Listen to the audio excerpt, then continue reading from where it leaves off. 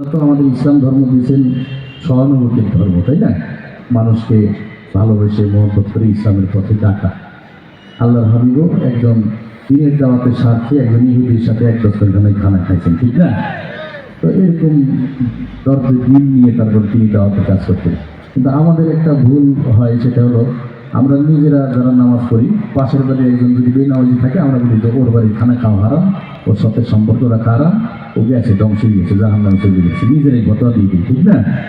আসলে যে লোকটা বেনামাজি, আমাদের তো উচিত ছিল তাকে মহব্বত করে ভালোবেসে সুন্দরভাবে বুঝাই শোনায় আনা। এটাই তো ইসলামের সৌন্দর্য, তাই না?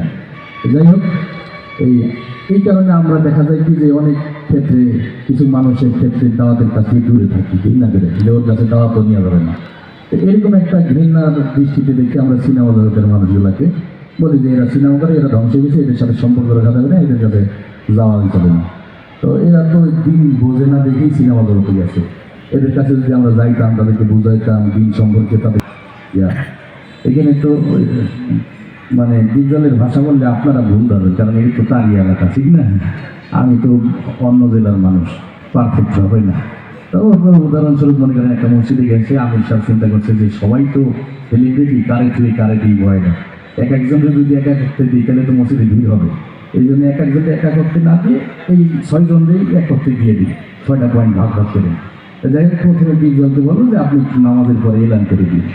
নামাজের পরে বিজ্ঞান সাহেব এলান করতেছে এইভাবে, ইনশাল্লাহ ভাই বাকি নামাজের পরে মসজিদে ইমাম উকিলের কথা হইব, ওই মুসল্লি তোরা অগতে বলবি নাগে কিন্তু ছান্ডে মান্ডে চলে সেরা দিবি কয়ে দিবার আছে। যাই হোক, সে তার মতো করে এলান করে গেল।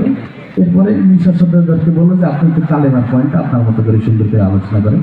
তো মিশা সর্দার কালেমার পয়েন্টটা আলোচনা করতেছিলেন এইভাবে, আমরা দুচোখে যা কিছু দেখি আর না দেখি সব আল্লাহর সৃষ্টি মাকলুক কিছু করতে পারে না আল্লাহর হুকুম ছাড়া, আর আল্লাহ সব কিছু করতে পারে মাকলুক ছাড়া, ঠিক না? যাই হোক, সে তার মধ্যে করে বললো। এরপরে বিজ্ঞানকে বললো যে আপনি একটু নামাজের বিষয়টা সুন্দর করে বুঝাইতেন। বিজ্ঞান নামাজের বিষয়টা বুঝাইতে চাই করে, ও আল্লাহ রাসূল জানতে জানতে নামাজ পড়ছে আর সাহাবীও হিতাইছে, অন্তে নামাজ পড়তে বোঝো নাই মাছরাদা দুধু খা এই নৌকা আর নামাজ তৈরি। যাই হোক, সে তার মতো করে বললো। এরপরে জিকিরের বিষয়টা দিয়ে এলো আমাদের বরিশালের কাবিলা, যে আপনি একটু জিকিরের বয়ানটা সুন্দর করে বলেন। কাবিলা জিকিরের বিষয়টা বুঝাইতেছে তার ভাষায় এরকম, ওর আলোতে মাওলা পাকের জিকির তোমার ডেলের ভিতরে আশা শুরু জিকির হইলে যদি তুমি কবরের ভিতর আন্দায় করো তাই তো আইসি গেলা, আর জিকির না হলে কবরে গেলি তার তোমার সৈত জিকির ভিতরে আন্দায় গেল। যাই হোক, সে তার মতো করে বললো। এরপরে একরামুল মুসলিমিন, মুসলমান পরস্পর ভালোবাসার হৃদ্যতা, এটা দেওয়া হলো নায়ক মোসানকে। তো উনি কি ইমোশনাল মানুষ, তো উনি আর কি কান্দে কান্দে বলতে আছে, একজন মুসলমান আরেকজন মুসলমানের দুঃখ কষ্ট ভাগাভাগি করে নেন। আমি একরামুল মুসলিমিন, চৌধুরী সাহেব, আমরা গরিব হতে পারি, আপনার মতো বড়দিন নই, আমি গত মাসে 3 চিল্লা দিয়েছি। যাই হোক, সে তার মতো করে বললো। এরপরে দাওয়াতে তাবলীগের বিষয়টা দিয়ে এলো নায়ক মান্নাকে, যে তুমি একটু সুন্দর করে বলো। মান্না তার মতো করে বলছে এইভাবে, আমরা যা কিছু করবো পৃথিবীর কোনো মানুষকে খুশি করার জন্য করবো না, একমাত্র আল্লাহ রাব্বুল আলামিনকে খুশি করার জন্য করবো। আল্লাহ রাব্বুল আলামিনকে খুশি করার জন্য করবো, এইভাবে বললো। এরপরে দাওয়াতে তাবলীগের বিষয়টা দিয়ে এলো নায়ক রুবেলকে।